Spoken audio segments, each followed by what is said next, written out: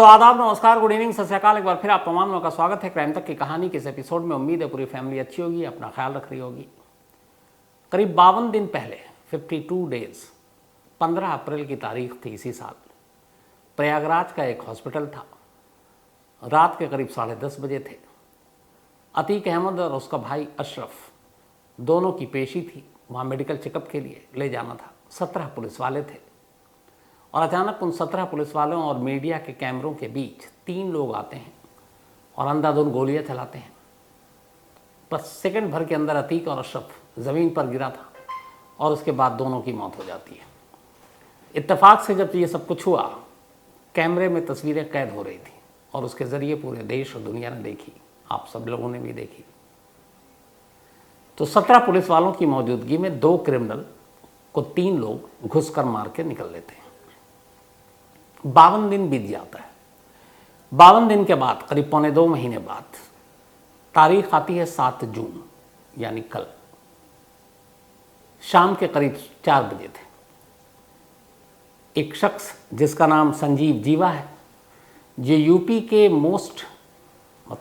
Top criminal की list जो UP police ने निकाली है, उसमें 13वें नंबर पर है, 13वें पायदान पर जीवा। एक मर्डर के केस में उसकी पेशी थी एमपी एमएलए कोर्ट लखनऊ में। हालांकि इस जीवा को ऑलरेडी 2 उम्र कैद की सज़ा हो चुकी है, यानी उसके जेल से बाहर आने की कोई गुंजाइश नहीं है। लेकिन कानूनी हमारा सिस्टम ये कहता है कि जितने भी मुकदमे हैं सबका फैसला होना चाहिए, और उस चक्कर में कई बार कई लोगों के जुर्म जो सज़ा मिलनी है वो रुक जाती है, जैसे निठारी केस। तो जीवा 2 उम्र कैद की सज़ा पहले ही से पा चुका है। एक और केस में कोर्ट के अंदर पहुंचता है। करीब 4 बजे का वक्त, शाम का, 7 जून की तारीख। और जैसे ही वो कोर्ट रूम के अंदर दाखिल होता है, जज साहब अपनी जगह पर हैं। अचानक कोर्ट रूम के अंदर बैठा एक शख्स काले कोट में, और कोर्ट के अंदर काला कोट मतलब वकील ही है, खड़ा होता है बड़ी फुर्ती से, अपनी कमर से एक पिस्टल निकालता है और जीवा की पीठ की तरफ, उसकी चूँकि पीठ थी उस वक्त, वो गोली चलाना शुरू कर देता है। सेकंड भर में जीवा वहीं कोर्ट रूम के अंदर फर्श पर गिर जाता है। सामने वाला अंधाधुंध ट्रिगर दबा रहा था। 6 गोलियां निकली, अच्छा महंगा पिस्टल, और सेकंड के अंदर जीवा कोर्ट रूम में, जिसको उम्र कैद की सज़ा मिली थी, उसे मौत मिलती है कोर्ट रूम के अंदर। इसके बाद होता ही है कि जब गोली चल रही है, पुलिस वाले एकदम बदहवास, किसी को कुछ समझ में नहीं आ रहा। कुछ पुलिस वाले तो भागने लगते हैं, बट वकील और बाकी तमाम लोग थे। अब गोली मारने के बाद हमलावर भागने की कोशिश कर रहा है, लेकिन वकीलों ने हिम्मत दिखाई। फिर पुलिस वाले भी आए और उसे दबोच लिया। इस चक्कर में कुछ पुलिस वाले, एक बच्ची भी घायल होती है और उसकी फिर पिटाई होती है हमलावर की। उसके बाद पुलिस किसी तरह उसको वहाँ से निकाल कर ले जाती है। तो आगे बढ़ूँ उससे पहले एक बार फिर आपको बता दूँ कि कुकू एफएम ऐप पर तमाम तरह की कहानियाँ, इसी तरह की कहानियाँ और shoot out the Bihar chapter Kuku FM app पर आप सुन सकते हैं। Shoot out the Bihar chapter, ऐसी कहानी जिसका जुर्म के इतिहास में जिक्र कम मिलेगा, लोग कम बात करेंगे। ऐसी कहानी जो कोई अपनी ज़ुबान पर लाना भी नहीं चाहता, तो आप यहाँ सुन सकते हैं। Shoot out the Bihar chapter. तो कुकू एफएम देश का बेस्ट ऑडियो शो प्लेटफॉर्म है। 15 लाख से ज़्यादा इसके एक्टिव हिंदी पेड सब्सक्राइबर हैं। कुकू एफएम हर महीने 4200 घंटे के कंटेंट्स के साथ सामने आता है, और इस पर 10,000 से ज़्यादा ऑडियो बुक हैं, जिसे आप कभी भी, कहीं भी, किसी भी ज़ुबान में सुन सकते हैं, ख़ासतौर पर हिंदी में। इसमें biography, business, crime, entertainment, politics, तमाम बुक हैं। और क्राइम तक फैमिली के लिए ख़ास ऑफ़र है कुकू एफएम ऐप की तरफ से, और वो ऑफ़र है इस बार 50% डिस्काउंट। तो यानी आप पहले महीने के लिए सिर्फ 49 रुपीज़ में सब्सक्रिप्शन हासिल कर सकते हैं, और 10,000 से भी ज़्यादा जो ऑडियो बुक का ख़जाना जहाँ चाहें जब चाहें सुन सकते हैं। और डिस्क्रिप्शन में लिंक है, तो लिंक में जाएं और क्राइम तक फैमिली के लिए क्राइम 50 कूपन कोड है, उसका इस्तेमाल करें और 50% डिस्काउंट पाएँ। 99 रुपीज़ का सब्सक्रिप्शन पहले मंथ के लिए, सिर्फ 49 रुपीज़ में। तो पहले अस्पताल के अंदर पुलिस वालों के घेरे में 3 शूटर घुसते हैं और मार के चले जाते हैं। और उसके बाद अब बाकायदा अदालत के अंदर, कोर्ट रूम में पुलिस वाले मौजूद हैं वहाँ पर। उनके बीच में एक क्रिमिनल को गोली मारकर हमलावर वहाँ से निकलने लगता है। दोनों ही इंसिडेंट में दोनों हमलावर यानी उधर 3 इधर 1 4 पकड़े जाते हैं। कहानी यूपी के ख़ासतौर पर पश्चिमी उत्तर प्रदेश जिसका ताल्लुक़ मुजफ्फरनगर से है, उस मुजफ्फरनगर के रहने वाले संजीव जीवा की है। ये कोर्ट रूम में क्या हुआ, हमलावर कौन था, उसने क्यों मारा, ये पूरी कहानी आप तक रखूं उससे पहले जिस क्रिमिनल का कत्ल हुआ है उसके बारे में जानना ज़रूरी है। संजीव जीवा मुजफ्फरनगर में पैदा हुआ, परिवार की माली हालत ठीक नहीं थी, ये पढ़ लिख कर डॉक्टर बनना चाहता था, लेकिन घर की हालत ख़राब थी तो पढ़ाई के साथ साथ पार्ट टाइम जॉब भी करता। इत्तेफाक से जहाँ रहता उसी कुछ दूरी पर एक डॉक्टर साहब थे, उनका क्लिनिक था। वो चूँकि डॉक्टर बनना था उसने उस क्लिनिक में कंपाउंडर की नौकरी कर ली। वो धीरे धीरे सीखा, इंजेक्शन भी लगाता, दवा भी बनाता। आज छोटे छोटे आप जगहों पे जाएंगे तो कई बार डॉक्टर साहब जो है पेशेंट को एक साथ 5 6 7 8 गोलियाँ देते हैं, तो वो लिखते हैं, गोलियाँ सब रखी होती हैं, वो एक ही पर्ची में अलग अलग छोटी सी वाइट पर्ची हुआ करती थी, मुझे याद है, तो उसमें गोलियां डालता था, ये सुबह, ये शाम, ये दोपहर, ये रात। तो जीवा ये काम करता था। एक रोज़ क्या हुआ कि डॉक्टर साहब से किसी ने पैसे उधार लिए, वो बार बार तकाजा करते, वो देता नहीं। सुबह क्लिनिक खुला, जीवा क्लिनिक में आया, डॉक्टर साहब ने उससे कहा कि आज तू दवा मत बना, एक काम कर दे, एक फ़लाना बंदा उसके पास चला जा, वो मेरे पैसे नहीं दे रहा, अगर तू आज उससे लेकर आ गया तो तुझे भी उसमें से इनाम दूंगा। जीवा ने कहा ठीक है, वो चला गया। कुछ देर के बाद लौटा और डॉक्टर साहब के टेबल पर उनके पैसे रख दिए। डॉक्टर साहब बड़े खुश, उन्होंने उसको कुछ इनाम भी दिया। अब इसके बाद कई और ऐसे थे जिनसे डॉक्टर साहब का तकाजा था, जब भी वो पैसे नहीं देता वो जीवा को बेचते, जीवा ले आता। अब उन्हें पता ही नहीं जीवा लाता कैसे। तो जीवा को पैसे कमाने थे, गरीबी से ऊपर उठना था, तो जाकर अपना धौंस देता, धमकी देता और ले आता। अब धीरे धीरे डॉक्टर साहब इनाम दे रहे हैं, लेकिन वो रकम काफ़ी नहीं है। क्लिनिक पे काम कर रहा, उतने पैसे हैं नहीं। अब उससे पैसे बहुत सारे कमाने थे। उसने जुर्म की दुनिया में कदम पैसे के लिए रखा। जिन डॉक्टर साहब के क्लिनिक पे काम करता था, एक रोज़ उन्हीं को किडनैप कर लिया, बदले में पैसे मांगे, पैसे मिले, फिर डॉक्टर साहब को छोड़ दिया। उसे लगा ये धंधा बड़ा अच्छा है। इसके बाद छोटे मोटे लोगों को मिलाकर उसने अपना गैंग बनाया। एक कोलकाता के बिजनेसमैन को उसने किडनैप किया, उसके बेटे को, और कहते हैं उस ज़माने में उसने करीब 2 करोड़ रुपए मांगे थे। वहाँ से उसका थोड़ा और नाम हुआ। अब धीरे धीरे वो रंगदारी, वसूली, डराना, धमकाना, यही सब काम करने लगा। और इसके बाद बड़े बड़े जो क्रिमिनल थे उसके साथ उसकी मुलाकात होनी शुरू हुई। हथियारों के साथ अब ये डील कर रहा था जीवा। कहते हैं कि यूपी में जो हथियार एक क्रिमिनल से लेकर दूसरे क्रिमिनल को देना, ये सब कुछ इससे भी पैसे कमाने लगा। अब इसी दौरान में उसकी मुलाकात एक रवि प्रकाश नाम के गैंगस्टर से हुई। रवि प्रकाश उस वक्त ठीक ठाक बदमाश हुआ करता था। तो उसने जब सुना जीवा के बारे में, उसने उसको अपने गैंग में शामिल कर लिया और इसके बाद वो उसके साथ काम करने लगा। फिर आगे चलकर एक सत्येंद्र बरनाला करके एक गैंगस्टर और था, उसे पता चला, उसने अपने साथ, जैसे नौकरियों में नहीं होता एक अच्छा है, होनहार एम्प्लॉय है, बहुत अच्छा काम करता है, तो हर HR या हर कंपनी या हर चैनल उसको रखना चाहता है, वैसे ही जुर्म की दुनिया में भी ज़रा सा नाम हुआ कि अच्छा ये वसूली अच्छा करता है, किडनैपिंग अच्छा करता है, ये मर्डर ठीक करता है, तो उसको अपने अपने गैंग में लोग नौकरी पे रख लेते हैं। तो अब अलग अलग गैंगस्टर के साथ काम करने के बाद संजीव को अब लगा, जब वो खुद को कि अब वो इतना बड़ा हो गया कि अपना गैंग खुद फुल फ्लैग चलाएगा, तब उसने कई अपराधियों के साथ काम किया था, उन सबको छोड़कर अब उसने अपना गैंग बनाया और उनके साथ काम करने लगा।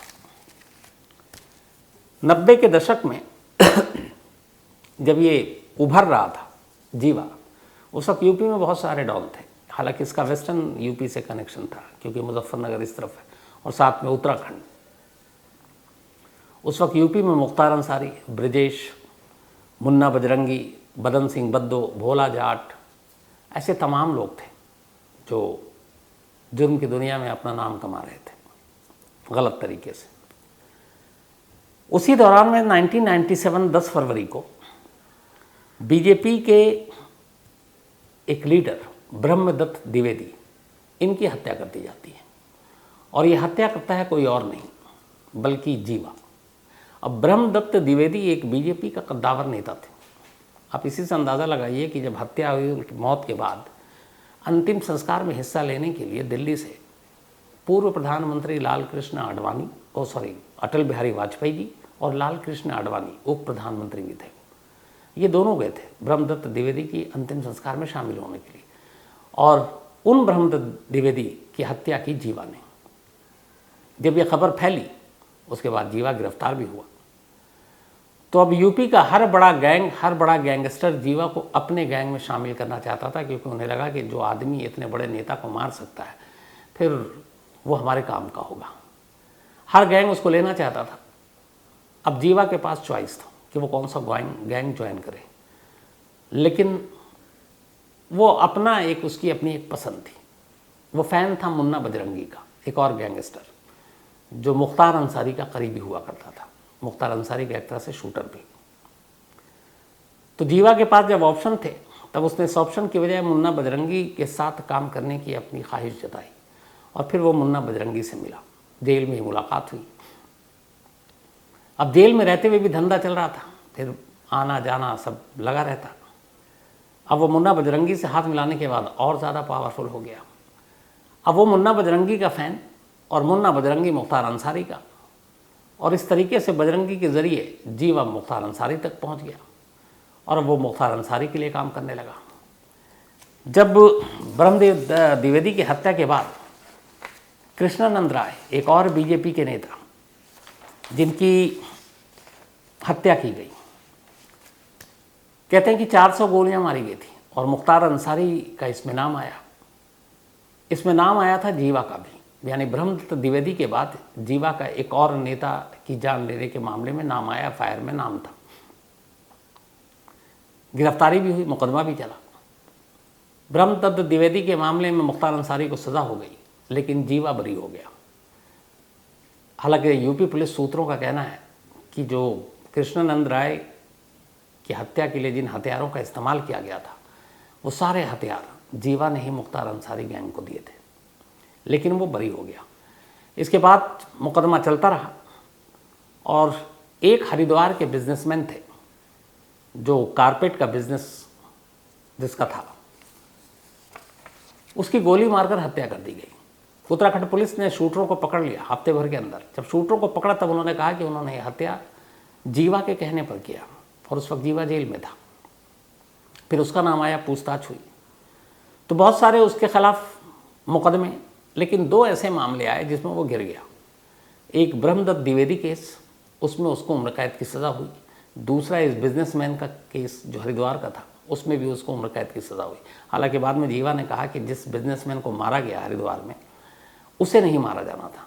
बिजनेसमैन कोई और था, उसका नाम कुछ और था। शूटरों ने गलती कर दी, और उसने कहा कि मुझे बड़ा अफसोस है कि इस गलती के चक्कर में एक दूसरा आदमी मारा गया। तो ये उसकी कहानी थी। मुख्तार अंसारी का खासम खास। मुन्ना बजरंगी की बागपत जेल में कुछ साल पहले हत्या कर दी गई। ये कहानी भी मैंने आपको सुनाई है। मुन्ना बजरंगी की हत्या के बाद जीवा पहली बार डरा था कि शायद जेल के अंदर उस पर भी हमला हो सकता है, या कोर्ट लाने ले जाने के दौरान। उसकी वाइफ जो है जीवा की, उसने बाकायदा कोर्ट में अर्जी लगाई थी कि मेरे पति की जान को खतरा है, इसलिए कोर्ट लाने ले जाने के दौरान उसको सुरक्षा दी जाए। इसीलिए उसको कोर्ट लाने ले जाने के दौरान बुलेट प्रूफ जैकेट पहना कर ले जाया गया था।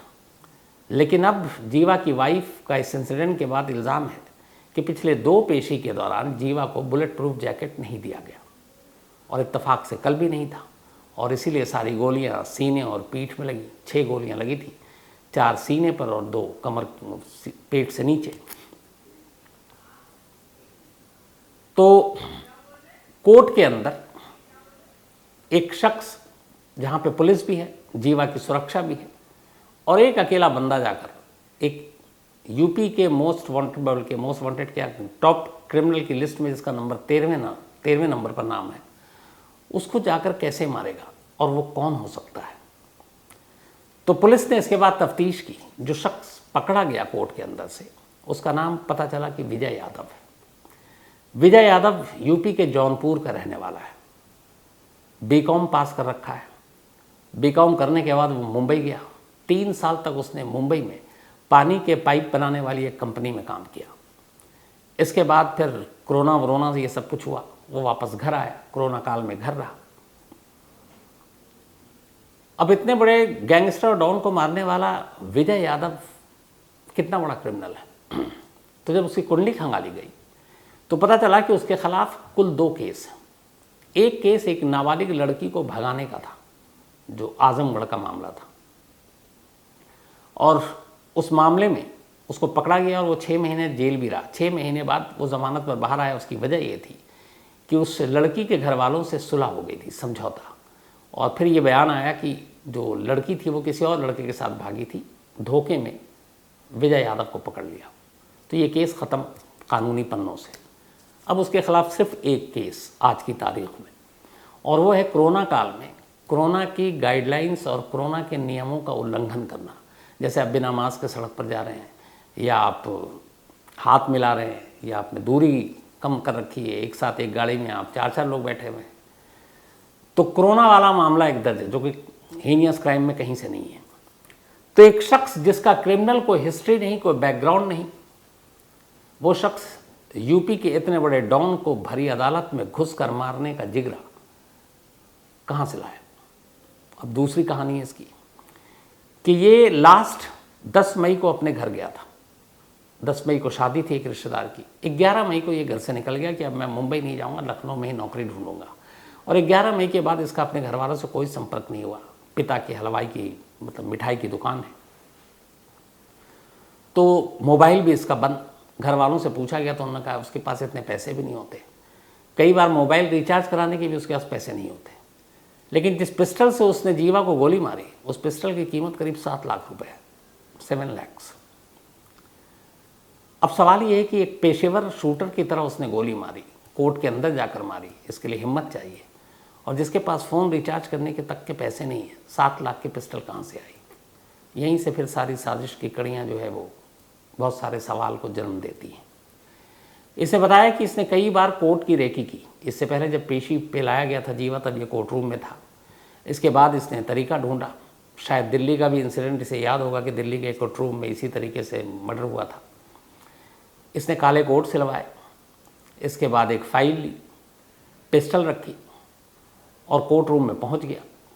कल इसकी पेशी थी, ये पहले से उसको जानकारी थी, और उसके बाद जाकर उसने गोली मारी, वो भी उस पिस्टल से जो बेहद महंगी है।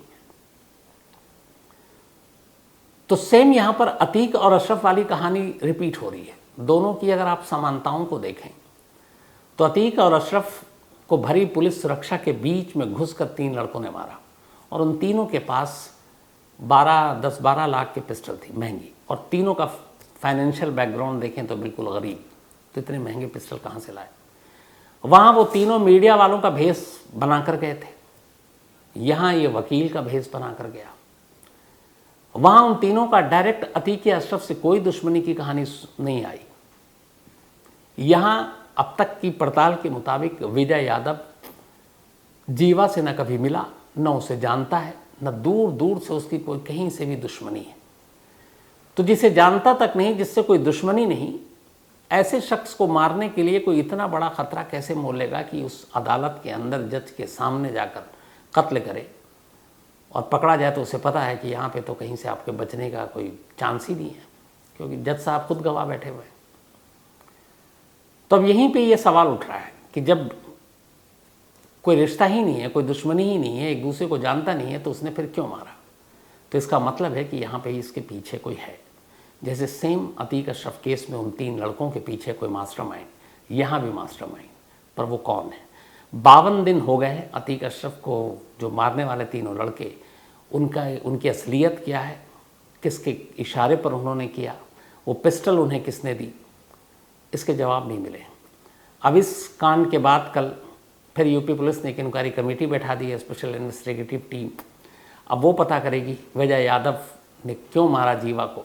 लेकिन पिछली सारी कहानियों को देखते हुए उम्मीद कम ही कीजिए कि कभी सच्चाई सामने आएगी। तो सवाल ये है कि ये साजिश कितनी गहरी है, इसके पीछे कौन लोग हैं। और दूसरी बात कि अगर पुलिस की सुरक्षा में और अदालत के अंदर इस तरह से मुजरिम बेखौफ किसी को अपना निशाना बनाने लगें, तो फिर क्या ही कहा जाए। क्योंकि अदालत और पुलिस या पुलिस स्टेशन या फिर पुलिस की सुरक्षा घेरे के अंदर कोई भी क्राइम करने से पहले 1000 बार सोचता है। लेकिन यहाँ ऐसे इंसिडेंट, अब चाहे वो दिल्ली की अदालत का हो, अभी लखनऊ का हो गया हो, उससे पहले पुलिस हिरासत के अंदर, तो इसका मतलब है कहीं ना कहीं मुजरिमों के जो हौसले हैं वो अब बढ़ते जा रहे हैं। जो जीवा की वाइफ है वो सुप्रीम कोर्ट पहुंची। जीवा की वाइफ को भी कुछ मामलों में यूपी पुलिस को तलाश थी। अब उसने कहा है कि उसे अपनी पति के अंतिम संस्कार में शामिल होने की इजाज़त दी जाए। यूपी पुलिस की तरफ से भी कोर्ट में उनके वकील पेश हुए और उन्होंने कहा कि ये हालात ऐसे हैं कि ह्यूमन ग्राउंड पर, मानवीय पहलू पर वो इसका विरोध नहीं करेंगे। उनकी पत्नी शामिल हो सकती है, ये यूपी सरकार के वकील ने सुप्रीम कोर्ट में कहा। सुप्रीम कोर्ट ने कहा ठीक है, हम कल सुबह इसका फैसला सुनाएंगे, फ्राइडे को। अब यहाँ इशू ये आया था कि कल सुनाएं और अंतिम संस्कार आज हो जाए तो फ़ायदा क्या। तो इसके साथ ही कोर्ट ने कहा है कि ठीक है, बल्कि यूपी पुलिस की तरफ से इस वकील ने कहा कि कुछ अभी कानूनी प्रक्रियाएं बाकी हैं, इसलिए आज अंतिम संस्कार नहीं होगा, अब जो भी होगा कल ही होगा। तो उम्मीद यही है कि सुप्रीम कोर्ट की तरफ से जीवा की बीवी को शायद ये इजाज़त मिल जाए कि वो अंतिम संस्कार में शामिल हो सके। तो ये थी आज की कहानी, और कहानी ख़त्म करूं उससे पहले वही अपना सिलसिला जो बीच में बंद था। आज संतोष जेधा सर, इनका जन्मदिन है। हैप्पी बर्थडे संतोष जेधा जी, नमस्कार आपको।